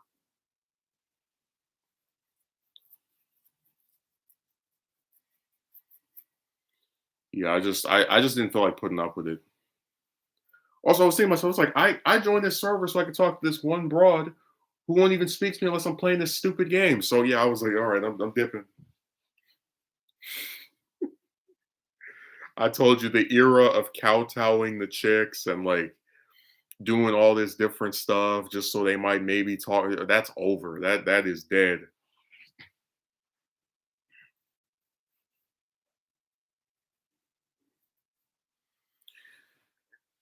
You gotta remember, I lost a lot because I guess maybe it's like this. When I was younger, I used to really still believe in like one day if you talk to a woman for long enough, she will like you and want to be with you and all this other trash. And now, as someone who doesn't see that happening because it's never happened, or if it appears that it's happening, it's just like BS, like the gold digger, for example, or the one that asked me on a date and then reneges. Now I just don't care. I just like I'll talk to someone, treat them in what I think is a decent way. But if they start doing stuff that I think is ridiculous or really absurd, I'm just gonna say to hell with it. Like you don't need to put up with these people. And I encourage any man or just person, whatever, if you are sick of the way a group of people treats you, another person treats you, and you think it's annoying, you don't find anything appealing about it, you see it not changing, dump them, get rid of them. I want to make that video. I'm not a woman's slave. Like they're not entitled to you putting up with their nonsense forever. Contrary to was it contrary to the opinions of some people on here? You never see me ask agree to do a VC with someone and then the whole VC, this is me. Oh man, this person dodged my head. Oh, oh, you just told me something about your past that was like traumatic for you to relate to what happened to me. Let me make a stupid joke at your expense. Telling you, man, I'm chicks in general are on their last leg with me. Just like not even like they already died on that romantic stuff. That's over. But like even just in like a platonic way, I'm sick of them because like they argue with you and do weird stuff. Oh, I like this picture that you sent me. Well, why didn't you say that when I sent it to you? And why did like why couldn't you have just said that when it was sent the day of? So, like again, you're online every day for hours. You can just say, "Oh, I like this." That's why I said I'm just it's just so hard to like have any kind of meaningful relationship with shit. Like not even just again romantic, but like in a platonic way either, because they just do too much weird stuff, and that's why I think something in general is wrong with them. Like I don't speak to any man or guy or whatever where it takes them a week to say they like a picture, or if I have a call with them, they're playing a stupid game instead of talking to me. It's just like I just don't think it's within them to act in a rational way, and I don't know if I am patient enough for their ridiculousness. I consider myself a fairly patient person, but um, having to speak to somebody for weeks or months, so they might do a little bit of what you want, just never seemed like it was worth it to me. Like the one bimbo that I was talking about, I don't know you, and I was like, can we VC? It's like, okay, you're using the basis of your unfamiliarity with me to not have a call, which last time I checked you don't need to know someone to speak to them voice to voice. You see how this stuff is weird? Like what do you mean you don't know? Like no crap, no duh. No one online knows the other person. People still get on here and talk to each other voice to voice all the time. So I said something is wrong with them. I guess we can make like a compilation video, like top 10 weirdest chicks of the year or something. Top 10 weirdest encounters with chicks on Discord, but I just think it's like like all of them have these like weird little ticks, right? Like one of them, she won't do a VC no matter what. You have a higher chance of her giving you I don't know, her address than her wanting to do a VC with you. The other one will do a VC with you, but she won't speak to you. She won't talk to you. Like she won't speak unless spoken to. And if she does talk, she's talking about the damn game to herself.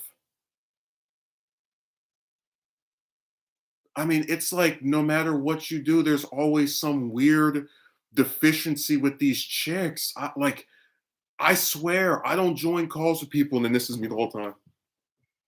Oh man, I miss this person. It's like that's weird.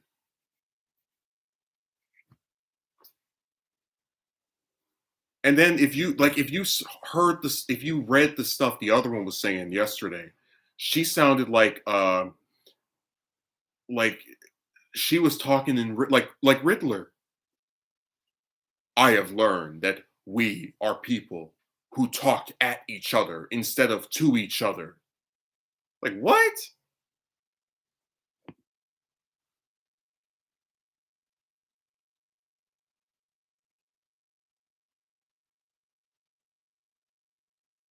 And then when I say, I'm willing to listen to whatever you have to say, and she's like, it's hard to see that amongst the many playful accusations you directed toward me. Receptive is a word that would follow suit with knowledge, but I don't believe you actually know me at all. And I respond to that, and then she doesn't say anything. Oh yeah, I've been putting up with her for like 2 whole months now. And before it was whatever, but I'm so tired of chicks always playing victim. Like if you confront them over anything they do, why are you saying this about me? Like if I'm so bad, then just don't talk to me. Like I ask somebody for a call, it's too much. You ask somebody to respond to you more than once a week, it's too much. Like, okay, then just let's break it off. If you have such an issue with doing any simple thing that I would like, what's the point? I tell you, this woman stuff is like the ultimate saga of just going nowhere, just like being in this never-ending maze where everything stays the same and people keep telling you to put up with it because eventually one day it'll be different. And even like I have not, I swear, made any kind of romantic overtures towards a single one of them because I said before, I think it's a waste of time. You get the same result over and over, you know, blah blah blah blah blah. But they just keep doing this weird stuff. Like um the way they act is so bizarre to me. Whatever. Like it's weird.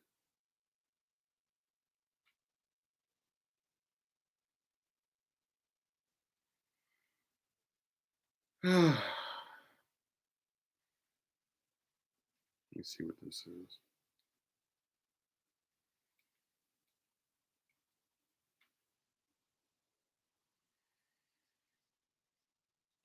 One second. I already put that on there? I don't think I did.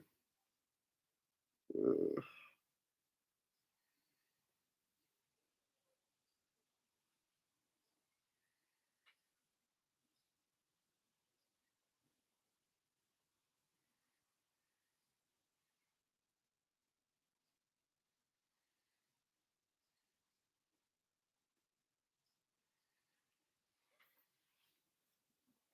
yeah, people just get on my nerves, and I try to put up with a lot of their stuff, but it seems like it's pointless. Like if you have to talk to a woman for 3 months just for her to have a phone call with you, you don't get where that's insane.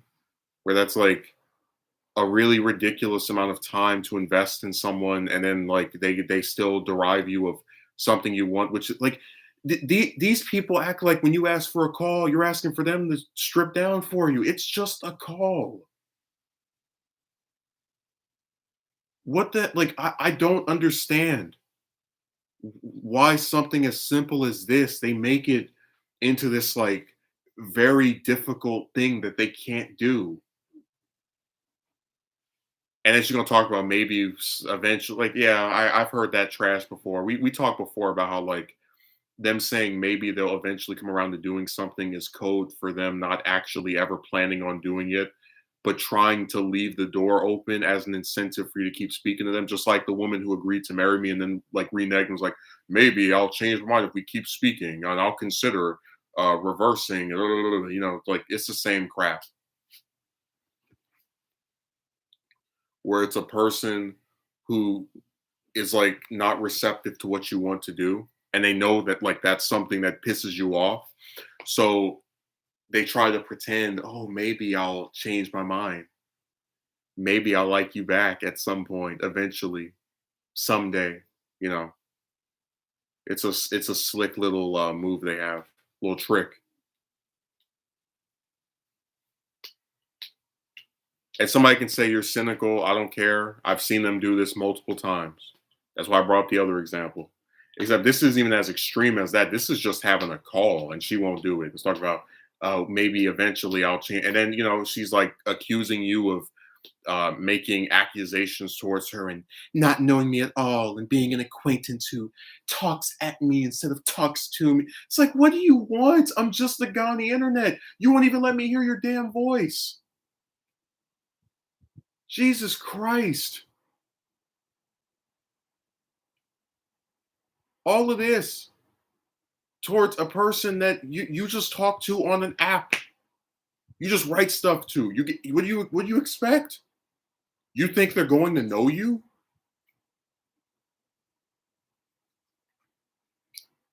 And then with the other one, sits in the call for hours on end, will barely say anything. You confront her over this, and then coincidentally, she decides to not say anything to you for days after pretty much speaking to you every day for like what 2 weeks. So yeah, big coincidence that was. Um, how like how bad she was trying to also give her something about yourself too. Just like I don't understand the trajectory of this chick. Like what is the purpose of it? Like they say nasty stuff. They're very antagonistic, you know. They won't do like the simplest things you want from them. Like I don't like I don't think either of these two chicks. I see what both of them look like. I don't think either of them is unattractive, for example. But I don't even ask them out on a date because because I know it's a waste of time and you get the same result as every other instance. But just something as simple as a phone call they can't do. That's why I said, what good are they? Like what? And I'm not. Again, we gotta always preface this. What good, like what specific purpose, what thing do they fulfill that you actually like? Like my best friend, for example. Sometimes he doesn't answer the phone when I want him to, but this is someone who I enjoy speaking to, someone that I can, I guess, be myself around, someone that I don't argue with every other time I talk to him, someone if you ask him a question will actually answer it. Like I just don't believe that if two people want to speak to each other, they have to have so much damn antagonism and like this refusal to ever meet the other person. Like the whole reason me and him speak on Friday is it's me extending an olive branch and trying to fit into his schedule, to make it work, to make a compromise, to try and accept someone for what their circumstances are. And with these chicks, they never want to do it. You're supposed to just do everything the way they want. Oh, send me a picture of yourself. Oh, join my server. Like, what's the point? You don't even like me. And then we know you don't because when you have a chance to message me, you don't. I have to say something to you. And when you get the chance to speak to me in a call, you don't even say anything to me. So, it's like, what's the point? Dude, like, it's so insane. She writes paragraphs of stuff in DM messages, right? I got the stuff I have from her could be a whole novel, or at least a chapter, 2 chapters of a novel at minimum. If I just took everything and just like stuck it in Google Docs, right? In like 12 font, writes all this stuff. Had a whole rant in my DMs about something once. But it's like, I don't understand the point of, like just these. That's why I said these internet correspondence relationships. They're more trouble than they're worth. I need to just delete my account or just unfriend everybody or something because this is not working out at all.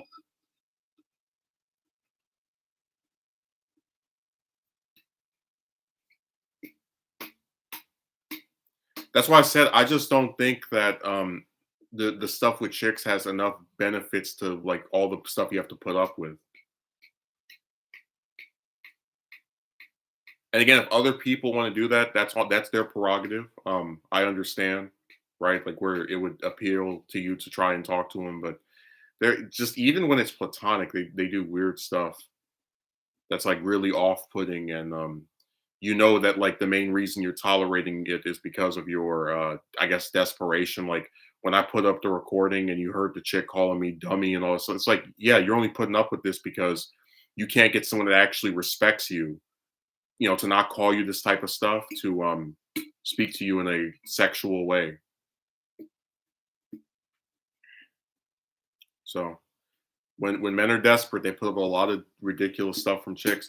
But I that's why I said, maybe the role that they're supposed to play is just be these like minor characters, like maybe I should just unfriend all of them and block them all on every website, um, you know, and just have it to where I only ever speak to them in real life and it's like a hire by thing. Cause I just don't think current modern day chicks are capable of being able to relate to me. I just that's just my opinion.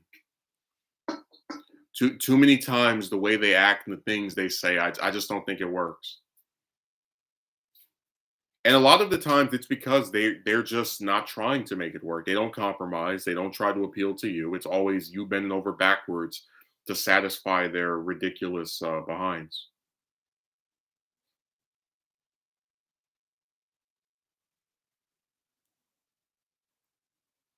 So yeah, I probably should just. I don't know. I hate because it always feels like I just wake up one day and just unfriend the person, right? But there's a prelude to it. There's me trying to make it work, trying to like convince myself this is something good or that I really like. Like when I was playing with those people, I did like, having like a group that, was sophisticated, right? But it was just the rudeness, the insulting, the fact that you only ever speak to them if you're playing this stupid game, all that stuff together. I was like, this is not worth it.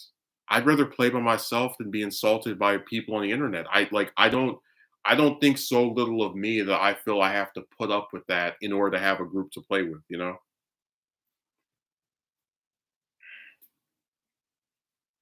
That's always been the biggest disconnect between me and people online. If I feel like I'm being treated poorly or in a way that is not conducive to my best interest, I'll walk away.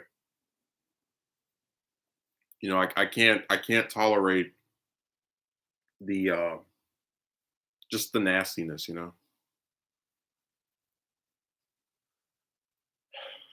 it gives me no joy to get rid of someone over the conversations that have taken place for the last few days. But if they're nasty and rude and just actively like a pain in the what to speak to, I'm gonna get rid of them. I no one's ever been able to explain to me, even when people are defending chicks, why they deserve this like continuous appeasement. Like you have to keep just accepting them for who they are, and if they don't send you a message for weeks or months, you're supposed to just think that's normal. And I always say that if I have people I don't talk to for like weeks or months, it looks like I'm not interested in speaking to them, especially when I have the opportunity to send a message anytime I want. um for example, there is no person in real life that I'm close to that I don't at least call once a week. So to me, that appears like, yeah, you're not interested in talking to me.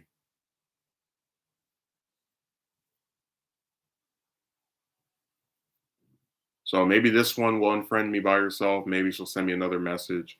I don't know, but I just see the same thing happening again where it's someone that you spend a lot of time talking to, or like a continuous period goes of like weeks or months of speaking to this person, and it just goes nowhere. There is no evolution. This guy was like, "Oh, where's your upward mobility?" It's like, yeah, you can't have that with chicks. They're just a never-ending cycle of the same BS. Like, you know, um, I always talked about how ironic it is that you have chicks who will say that they don't like, for example, one of them I know is on Tinder, and she was talking about how she wanted like she's on that site looking for men or whatever. I'm like, well, I think it's funny how you apparently want someone who likes you for who you are, and then you have this man on this other app that without even seeing what you look like, was willing to speak to you, and I guess you enjoy talk. I don't know. It's like what do they want? Whatever, man. It's just it's really insane. That's always the biggest issue. What do chicks want? I swear the next time I have one of them say I like you or whatever, I'll look at it like it's a spoof. Like that's something I expect to hear in a parody video.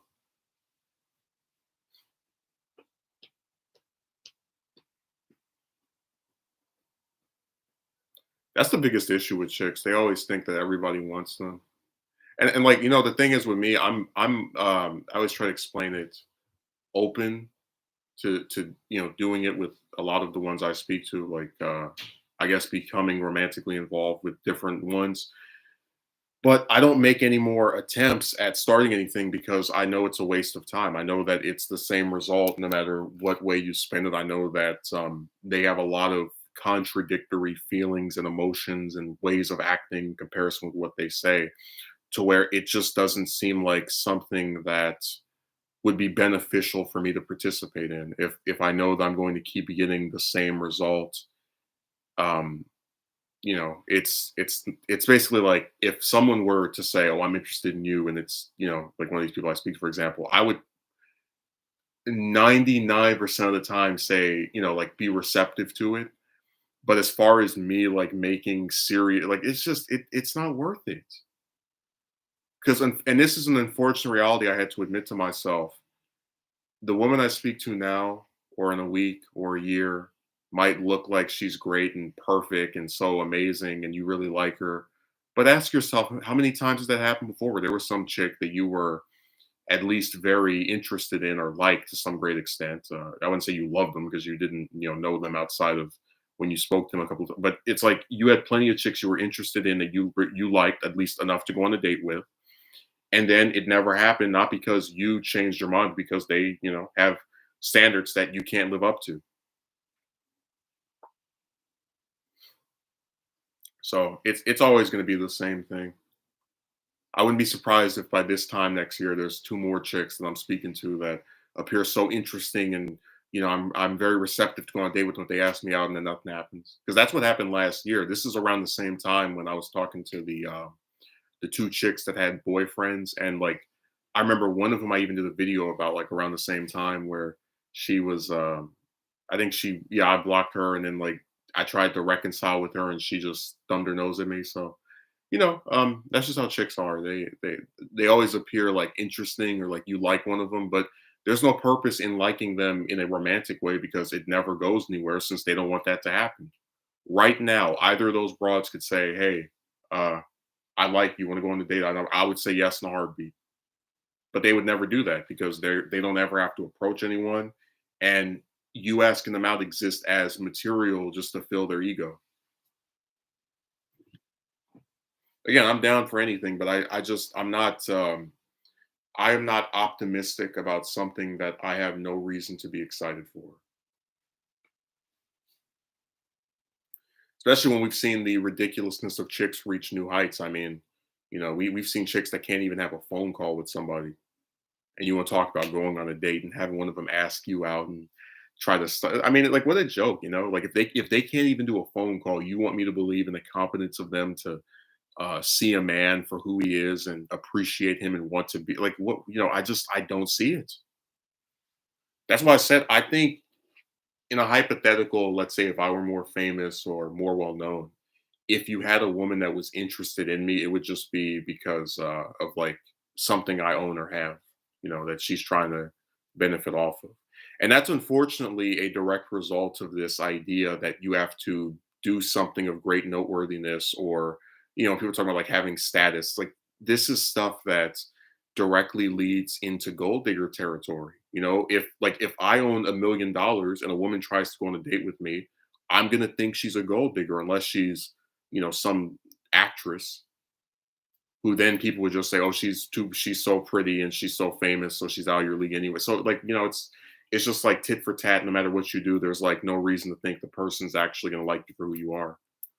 Um, and it's just a really depressing thing to realize about the broad. And it is, I think, worth doing a video about, like like I guess it should be titled, "Will a woman ever like you for who you are?" And I would say no. Not in a romantic way anyway. But again, that's because you have a system that is designed to screw over the man. Oh, just become rich to get a date. But trust me, the woman who says she's interested in you after this definitely likes you for who you are. Like, who believes that?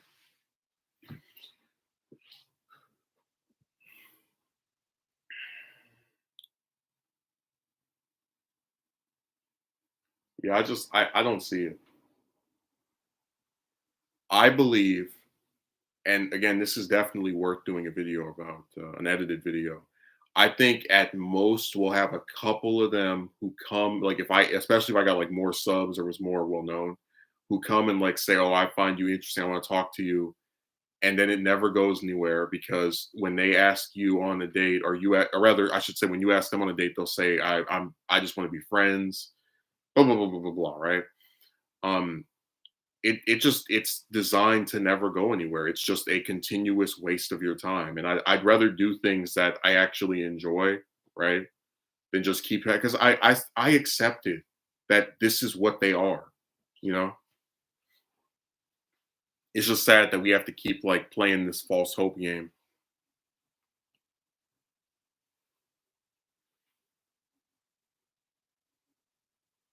It's one of the reasons why I was really reluctant to tell people about this fan movie I was doing at one point because I know the way I am is that sometimes I'll think of wanting to do something and then not get around to doing it either because I can't write the script or don't want to write the script, just different stuff like that. So I just said, I'd rather have no one know about this if it doesn't give them the false hope that I'm actually doing this. Of course, I'll try, but I would hate to set someone up to believe something is going to get made and then you never see it. Stuff like that's really depressing.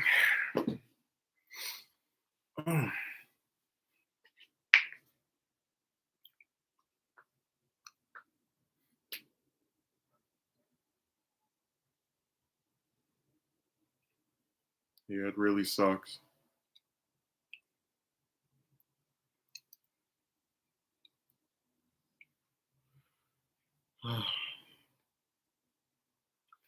Tell you that crap never resolves itself.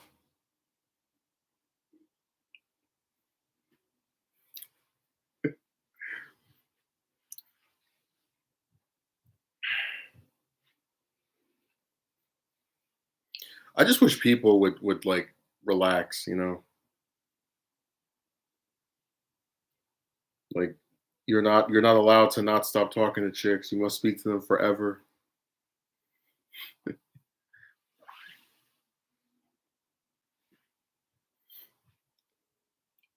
Because really, I don't even like talking to them and that like really at all. Unless it's like a project or something. And that's why I brought up the two from now. I've not asked a single one of these broads off of Discord any romantic stuff at all, and I'm still annoyed. Like I'm still tired of them. I'm still irritated. And for with good reason. I mean, I gave the example of different stuff they do that I think is weird, and I said that I don't do this stuff to other people, so I don't know why they have to do it to me.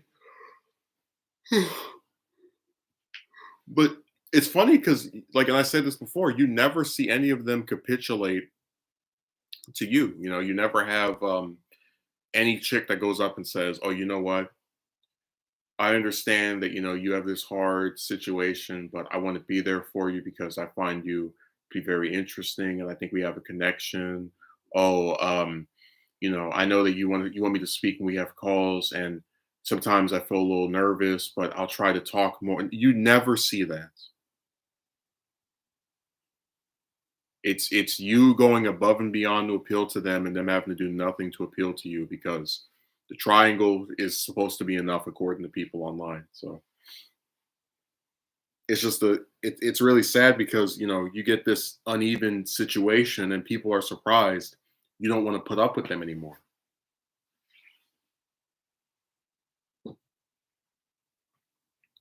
That'd be funny. We have like social experiments, like every one of these chicks we talk to for like let's say 3 months, right? And it's like, I spoke to this woman for 3 months and this is what happened. Absolutely nothing. 90 days of a waste of time. That would be like a new series. Like, just get a different chick off of Discord and just DM her every week, at least every week, sometimes every day, but like every week for 3 months and just see what happens. And like, it's nothing over and over.